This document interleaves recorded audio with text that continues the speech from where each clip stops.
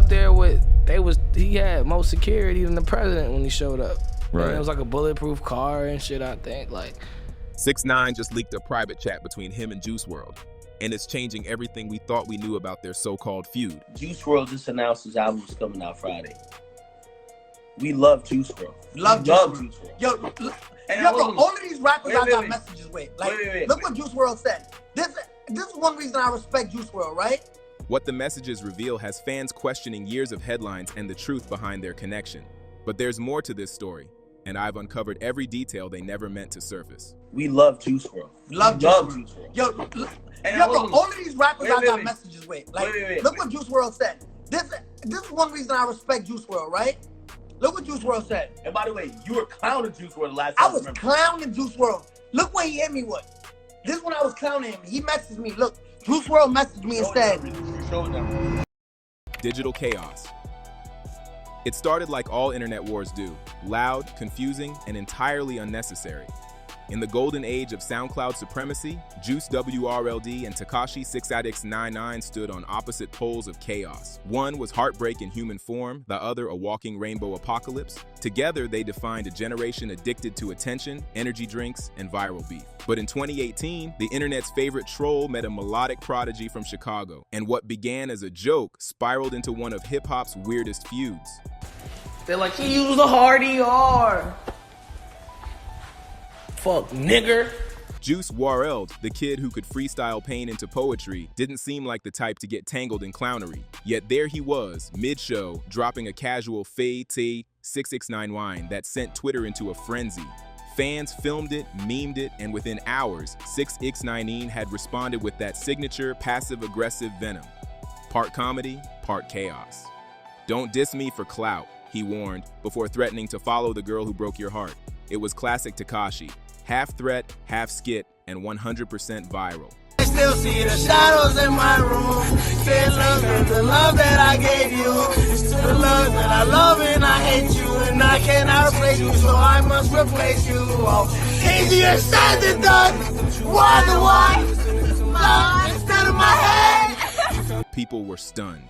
Juice WRLD, the guy who cried over shadows in his room, beefing with the Rainbow Menace of Brooklyn. But this wasn't a real feud, it was more like digital theater. Juice admitted later that the fans pushed him into it, chanting 6ix9ine's name until he snapped back for fun. Everybody got their phones out, he said, half laughing, half regretting it. What no one knew was that behind all the mockery and memes, these two were about to share one of the strangest, most unexpectedly genuine moments in SoundCloud history. And that's where the story twists. Because right before tragedy struck, 6ix9ine revealed something no one saw coming, a private conversation between him and Juice WRLD that shattered every narrative the internet built. Rainbow Vendetta. No, that was funny as shit. That was funny. Bro, 6ix9ine probably one of the funniest motherfuckers, bro. His marketing team is, what? If it's just him, that nigga a genius, boy. That shit was funny as fuck. Everything he do, though, be funny, like, damn, everything, I can't even lie. Even if it be about my own people, that shit be funny as hell. I be like, damn. So you supported 6ix9ine going to O-Block? Let's rewind. By 2018, 6ix9ine was the internet's favorite villain. Colorful, chaotic, and catastrophically confident. He wasn't just beefing with rappers, he was beefing with logic itself. Chicago, Los Angeles, Houston, it didn't matter. He'd show up, post a video at 3 a.m., and declare victory. Then came the infamous O-Block stunt. Him, in Chicago, taunting Chief Keef's neighborhood at night, screaming "No block" into the void. It was reckless, stupid, and so completely Tekashi. But Juice WRLD, he was Chicago's wounded poet, the soft-spoken superstar who turned trauma into melody. Watching 6ix9ine mock his city hit differently. Maybe that's why he joined the crowd in chanting against him on stage. Maybe that's why he laughed about it later, half embarrassed, half entertained. It wasn't that serious, Juice would say. It's just trolling. Still, 6ix9ine didn't miss a beat. He clapped back with his signature Instagram energy, posting videos mocking Juice's music and threatening to make his heartbreak viral content. Fans ate it up. The internet spun the narrative. Juice, WRLD versus Tekashi. Sad boy versus troll king. Feelings versus foolishness. And then, plot twist, 6ix9ine invited Juice WRLD to open for him in Miami. The fans thought it was a setup, but it wasn't. Juice performed, 6ix9ine bragged, and then they started to get it. The beef wasn't real. It was performance art, two internet-era icons dancing in chaos. "You're funny as hell," Juice DM'd him after one of the trolling posts. "Can't stop watching it. Who would have thought?" The Shadow Seer and the Snitch Clown were laughing together behind the scenes. But laughter, like fame, doesn't last forever. Don't scroll yet. What happens next flips this story upside down. Keep watching, because the truth behind that message isn't what anyone expected. Trolling truce. That DM changed everything. 6ix9ine, who thrived on hate, was caught off guard by kindness. Juice WRLD didn't clap back or curse him out. He laughed, called him funny, even told him he was taking over the world. It was the kind of message that stops an internet war dead in its tracks. For once, Tekashi didn't post a comeback or start another rant. He replied, "Peace, King," and dropped his number. It was brief, it was random, but it was real. In a world built on beef, here was something almost wholesome, a digital handshake between two artists from opposite sides of the emotional spectrum. Then, Juice WRLD was gone. December 8th, 2019. The news broke like a lightning strike.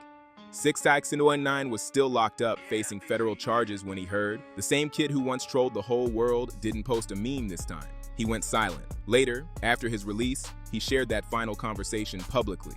A DM that proved not every feud had to end in blood or bitterness. "Look what Juice WRLD said," Tekashi told his fans, voice cracking between bravado and disbelief. He said, "Boy, that video funny as hell." Bro, right? Look what Juice WRLD said. And by the way, you were clowning Juice WRLD last time. I was clowning Juice WRLD. Look what he hit me with.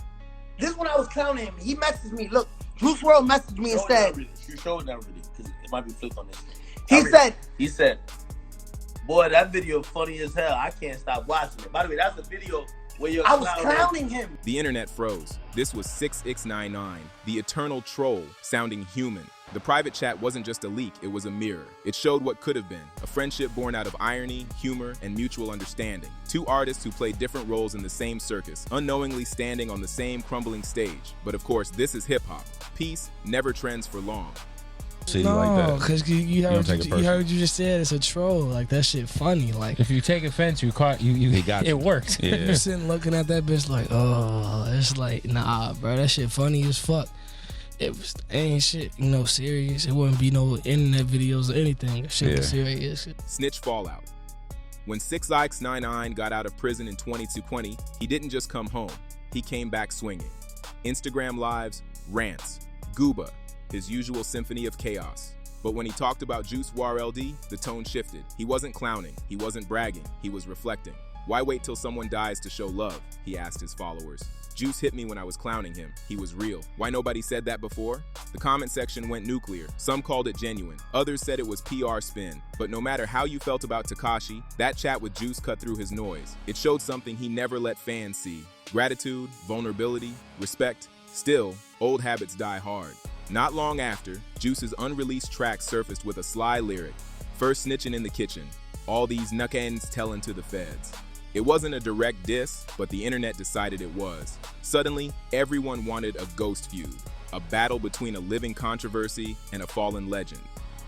Shadows is in my room. Yeah. When I was clowning Juice WRLD, he wrote me and said, Juice WRLD wrote me and said, "Yo, that video's so funny, I can't stop watching it." That's the type of nigga Juice WRLD was. Funny. 6ix9ine didn't take the bait. Instead, he reposted their DMs again. "This what y'all don't know," he wrote. "He was cool, we laughed, stop pretending he hated me." It was strange, emotional even, the troll defending the memory of the sad boy. For once, 6ix9ine wasn't trolling the culture, he was mourning it. Because behind all the wigs, the memes, and the chaos, he knew Juice WRLD represented everything he could never be. Beloved, honest, and forgiven. Posthumous truth.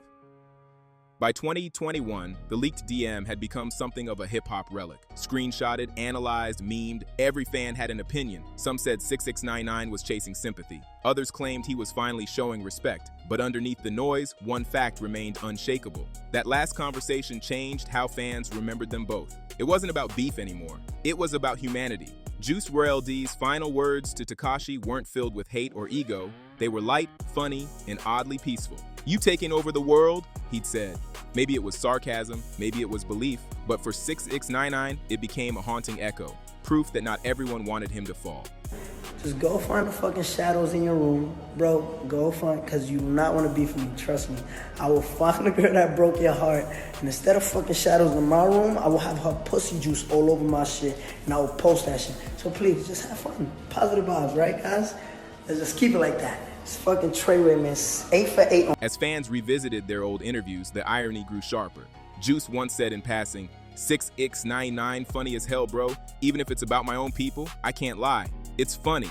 That was his curse. He found humor in pain. Tekashi's curse? He turned pain into performance. Together, they painted the perfect portrait of the SoundCloud generation. Loud, brilliant, broken, and doomed to self-destruct for clout. He said, you taking over the world. I said, peace, king. He said, what's your number? I sent it. Why don't y'all show the love to Juice WRLD when he was alive? Why take for him to be deaf, you gotta show the love? Huh? Why? You know why? Because people gotta start realizing that y'all got a lot of fake and hate in y'all blood. So when 6ix9ine showed those private DMs, it wasn't just to clear his name. It was to remind people that even in a culture built on disses and death, there were moments of real connection. Brief, weird, fleeting, but real. I was high as fuck trying to do my verse. I'm here taking forever. Usually I make shit like, I'm in there taking my sweet time. This nigga, What is Legacy collision, fast forward to now. The Juice WRLD estate continues to release posthumous music, each song a reminder of a boy who never got to grow old. Meanwhile, 6ix9ine drifts between countries, controversies, and comebacks. His name still sparks chaos, but his audience has changed. The kids who once fueled his rise grew up. They traded memes for memories. Yet when that private chat resurfaced again, boy, that video funny as hell, it hit different. It wasn't just nostalgia, it was perspective. Juice WRLD didn't see Tekashi as a villain. He saw him as a clown, yes, but also as a mirror of the same madness that fame brings. Two young men laughing at the circus before it burned down. The irony? In death, Juice became eternal. If you channel all of that energy you have for somebody to die or lose, and you use that as for somebody that you wanted to see and win and be successful, we wouldn't have a Nipsey. We wouldn't have a Pop Smoke. We wouldn't have a Juice WRLD. We wouldn't have a Mac Miller. And what we mean by that is we're seeing so much love after they dead. Why are you showing them so much love after they died? Why didn't you channel that energy you showing them? In Survival, Tekashi became irrelevant. But together, their story explains everything about that era. The highs, the heartbreak, the internet addiction to drama. The DM wasn't just a chat. It was a warning. Friends. No, because there's a lot of disrespectful niggas that's funny. That's true. So like, nah, it's not a hard balance. And it's just like, damn, bro, all right, whatever. But shit, it was funny as hell. Like, I don't know. I don't really take that shit seriously. Because behind every viral beef, there's always a private message no one sees, a peace king, a joke, a laugh, and sometimes that's all that's left when the music stops. So what really happened between them? Peace, performance, or something deeper? Drop your take below and make sure you're subscribed, because the next leak might rewrite hip-hop history again.